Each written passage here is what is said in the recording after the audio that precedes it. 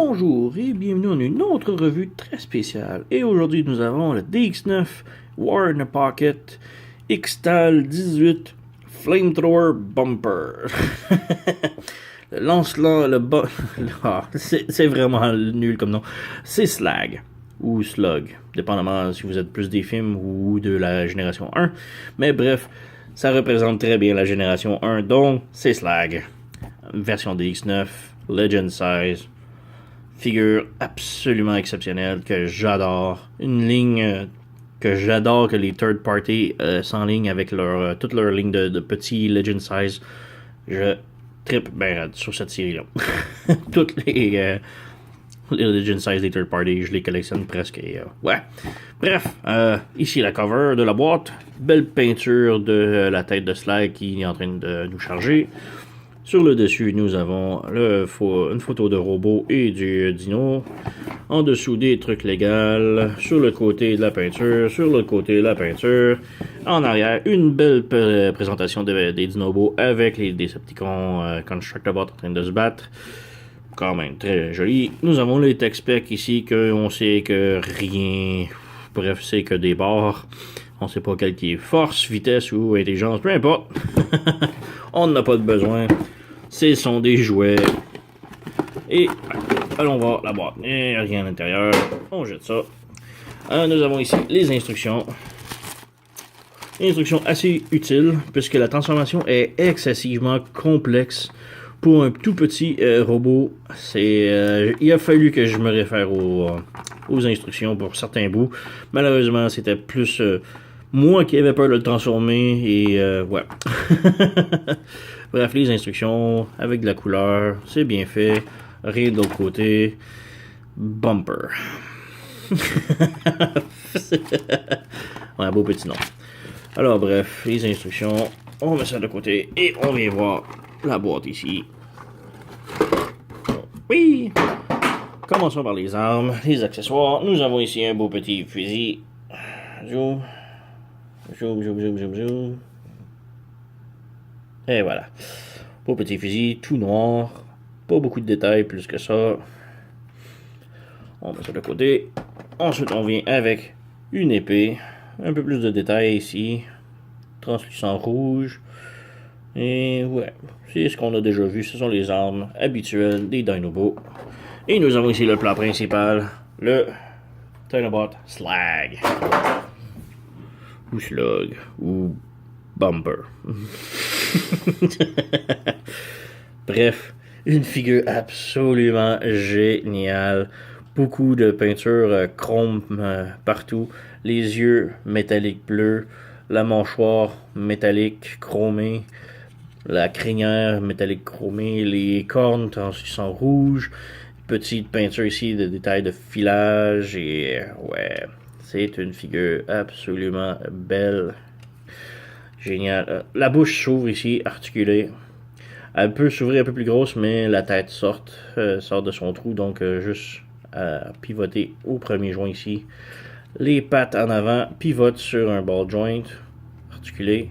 Malheureusement, il n'y a pas de pli au genou, donc la jambe c'est un seul gros morceau. La jambe en arrière pivote également et peut s'écarter ici, c'est foiré à terre.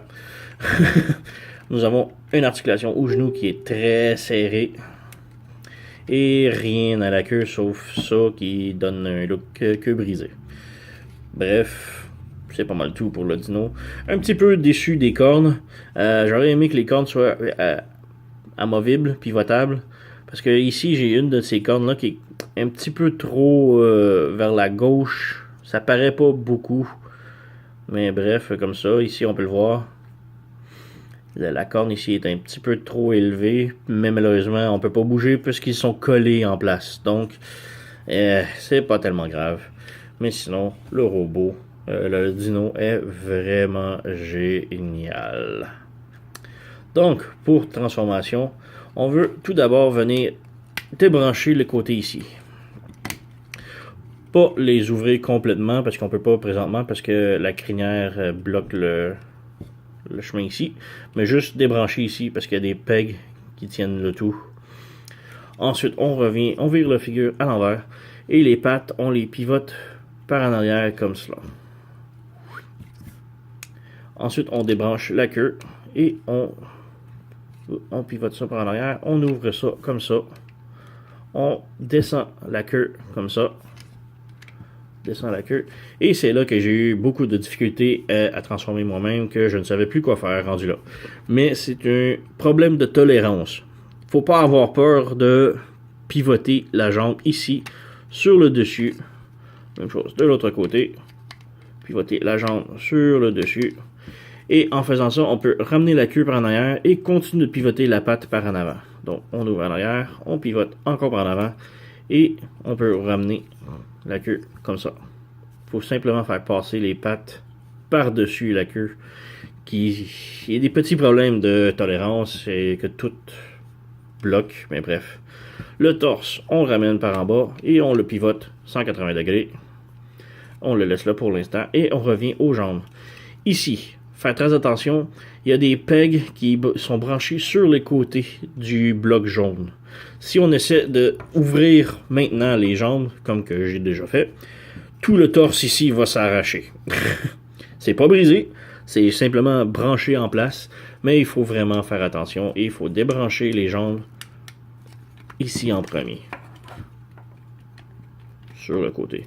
On peut voir ici le gros trou et le gros peg ici qui tient le tout. Faire très attention. On débranche de l'autre côté et on pivote en dessous maintenant. On peut finir les jambes ici. On rabat comme ça.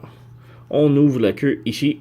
On avance le dessus de la queue comme ça et on ramène la queue à l'intérieur. Ensuite, on descend le pied comme ça. On redescend ça et oui, ça fait un pied. Et ici, on ramène le pied à l'intérieur. Maintenant, nous avons une jambe de fait complète. Donc, on refait de l'autre côté. On ramène ça ici. On avance le dessus de la queue. On rabat la queue. On ramène ça comme ça. On rabat le pied encore une autre fois. Et on ramène le tout ici. On peut glisser sur le double joint ici. Et maintenant, les deux jambes sont complètement transformées. On peut ramener le torse. Là, juste avant, on rabat la taille juste un petit peu par en bas. Et ici, le sac à dos, on peut le descendre. Maintenant, ça nous donne de la place pour ouvrir les ailes. Et on ramène par en haut un petit peu. Maintenant, on prend les pattes du dinosaure qui sont en avant et on les ramène dans le dos. Vraiment une belle petite transformation ingénieuse ici. On ramène les pattes du dinosaure dans le dos. Ici, nous avons deux trous ici qui vont se brancher à ces deux-là. Comme ça. Et on peut maintenant fermer la taille. Et nous avons presque terminé. On ramène les bras en haut. On ramène les bras en haut. Pour les mains. On peut voir qu'à l'intérieur des pattes du dinosaure, les mains sont là. Mais même avec des ongles, c'est très très difficile. Donc le truc est de brancher les armes et on s'en sert comme pivot pour sortir les poings. On fait la même chose de l'autre côté. Branche l'épée et on tourne pour sortir le poing. Et finalement pour la tête, on rabat la mâchoire du dinosaure et on sort la tête de Slag.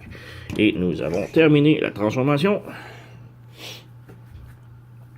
Une figure absolument géniale. Le robot est sans doute une belle représentation de Slag en version plus petite. Vraiment génial. Articulation, nous avons une ball joint dans la tête qui peut pivoter, tourner. Nous avons un swivel en haut de l'épaule et une rotation à l'épaule ici. Nous avons un joint très très solide pour le coude et pour le poignet ici pour la transformation. On n'a pas de rotation à la taille malheureusement. Nous avons des ball joints au pied, mais il n'est pas capable de faire la split. Non, il penche trop. Nous avons un swivel en haut des cuisses et le genou qui peut plier 90 degrés. Malheureusement, il n'y a rien au pied à part si on fait ça comme ça. On peut lui donner un peu plus de stabilité si vous voulez en ouvrant la queue comme ça. Mais ouais, c'est comme ça la transformation officielle. Donc nous avons Slag ici. Tout un robot. Pour une petite comparaison de taille, nous avons ici de la même série DX9, le Megatron. Encore de DX9, nous avons Scourge. Pour une autre compagnie, nous avons ici Iron Factory, Wingblade. Nous avons ici, juste pour le plaisir, le World's Smallest Grimlock. Nous avons ici la Unique Toys Titan Headmaster Chrome Dome. Et nous avons ici Shapeshift Starscream. Donc nous avons au moins un de chaque compagnie third party qui fabrique des miniatures Legend Size pour voir les figures. Et on voit très bien que les Dinobots sont quand même toujours plus gros que les autres Transformers. Et ça fit parfaitement. Bon, bien sûr, ça fit pas avec les World's Smallest. Mais bref. Une figurine vraiment géniale. Très belle, très bien articulée. La transformation est complexe, mais en même temps, vraiment le fun à transformer. Et ouais, pas grand chose d'autre à dire. C'est la figurine. Backpack un petit peu gros, mais ouais, c'est pas mal. Il tient bien sur ses pieds. Et ouais. Je vous le recommande très fortement. Toute la série des X9 des Dinobots va être géniale. J'ai hâte de voir le reste de la série. J'ai le prochain, le Quaker de DX9 qui s'en vient comme review. Alors, reste à l'écoute et merci d'avoir regardé. Et à la prochaine.